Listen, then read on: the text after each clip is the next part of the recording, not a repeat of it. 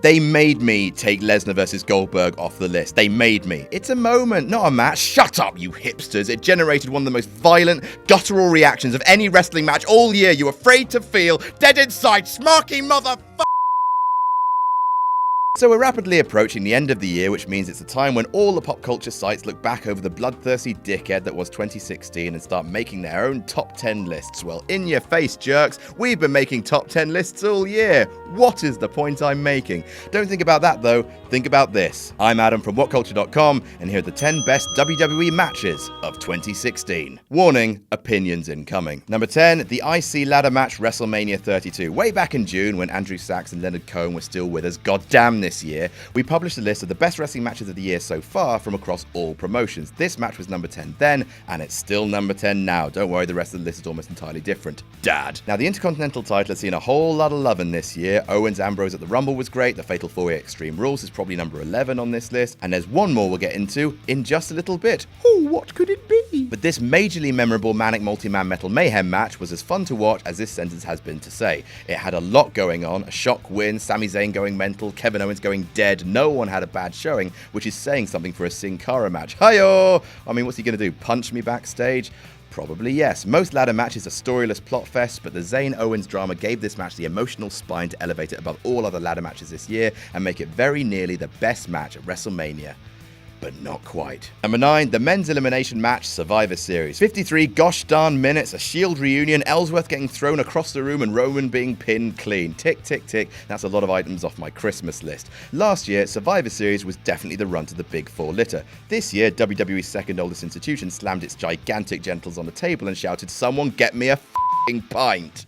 All the elimination matches were stellar this year, but purely for the sheer amount of stuff crammed into this behemoth of a match, the men's has to take its place on the list. You had that frog splash that turned into an RKO, Bray Wyatt getting the final pinfall, Chris Jericho's list getting destroyed. Yes, yes, yes.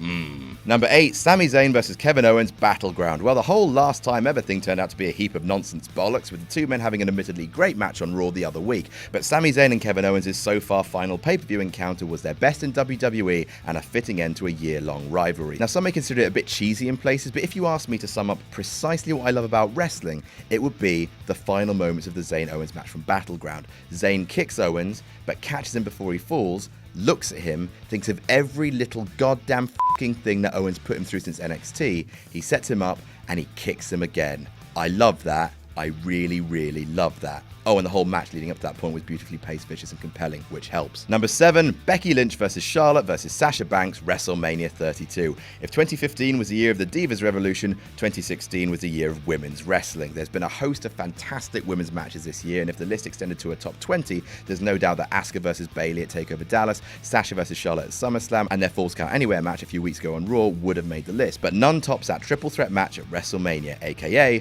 the best match on the whole card. Fight Me.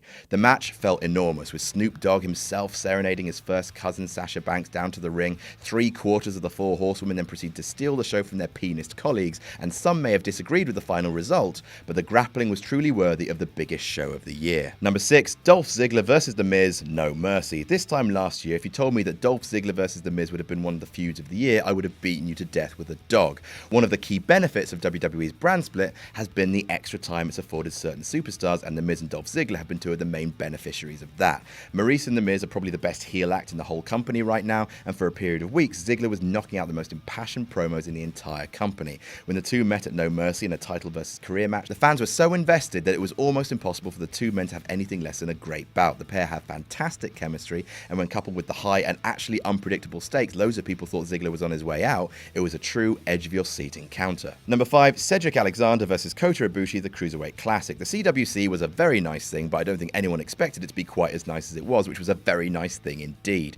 It featured a handful of matches that could have conceivably been Match of the Year candidates. The final between Gran Metalik and TJ Perkins, Johnny Gargano versus Tommaso Ciampa, Zack Sabre Jr. versus WCPW total legend Noam Dar, but it's a quarter-final match between Cedric Alexander versus the gold star of New Japan, Kota Ibushi, that just barely pipped the rest. Beyond the stakes of the CWC, there's not much story here, but there's enough. If you've ever wanted to see a top-quality Ring of Honor style match in WWE, look no further. It's false f***ing finisher clock, motherfuckers, with uncanny feats of athleticism to leave your boozle so bammed it'll never be right again. For anyone unfamiliar with either wrestler, the match made both men, with a crowd bellowing "Please sign Cedric" after the bell so loudly that Triple H came out from backstage to say, yeah, alright then. Number 4, The Revival versus #DIY TakeOver Brooklyn 2.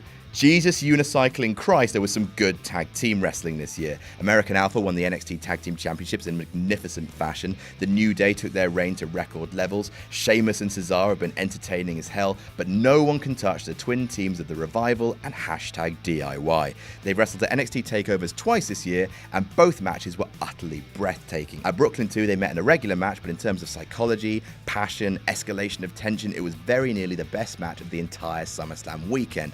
No joke, the false finishes being thrown around with some of the absolute best of the year, and if WWE are smart, they'll be playing that match and repeating the Performance Center for the next decade. And then, unbelievably, they would top it. Number 3, AJ Styles versus John Cena, SummerSlam. A match so good, it broke SummerSlam. The fans bellowed so much throughout Styles Cena, they had nothing left to give for most of the rest of the pay-per-view. What elicited so much passion from the crowd? Well, some matches you love because they're breathless displays of star power and physicality. Some matches you love because they make a statement. This match did both. You see, normally, when guys come into the company and enter into a feud with John Cena, everyone gets very sad because they know what's going to happen. They might win one match, sure, but then big bloody big boy Big John will win 5 and they'll be sent back down the card. It's also known as the Rusev effect, the Kevin Owens effect, the Bray Wyatt effect, or the Umaga effect, and everyone thought it was coming for AJ Styles. But no, at SummerSlam, in the middle of the ring, clean as a fucking whistle, he pinned him.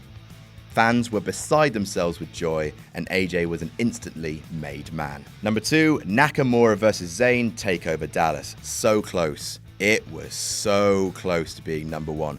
Considering that half a year has passed of NXT being, let's be fair, not quite as good as it used to be, which has dulled some people's enthusiasm for the King of Strong Style just a smidge, you might be surprised this match is still so high up the list of this year's best matches, but watch it again.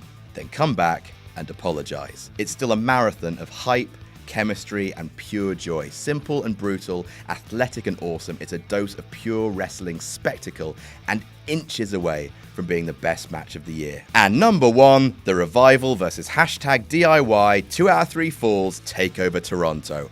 1 match was great, 3 is superb. The men's elimination match put up stiff resistance, but this was the match of the Survivor Series weekend. Hands down, no question, seriously, fight me. The Revival and #DIY met one more time and blew the wrestling world apart in a 2 out of 3 falls match for the NXT Tag Team Championships. The rematch was longer, more intense, equally unpredictable, with fans unsure if DIY would win or lose again and implode. It once again featured a steady and masterful raising of temperature as the match rocketed towards its conclusion, and yet again, the match could have realistically ended about half a dozen times. While the heels coming out on top might have dampened some fans' enthusiasm for the quartet's first encounter, the undiluted eruption of joy when #DIY finally took the gold elevated the match above its Brooklyn counterpart. Seriously, it's tag team perfection, and in my opinion, and it is just my opinion, it's the Stone Cold match of the year. WCPW presents Kirby Mania, Liverpool, January the 5th. Featuring Cody Rhodes versus Zack Sabre Jr. for the WCPW Internet title, Marty Scurll versus Gabriel Kidd, and Lana Austin versus Eva Lise. Also featuring all your favorite WCPW stars, including Bully Ray, the local hero Joe Hendry, Rampage, Moss and Slater, the WCPW champion Drew Galloway, and the man himself, Martin Kirby. Kirby Mania, live and for free on YouTube, 7:30, 2:30 Eastern, only on WhatCulture Wrestling.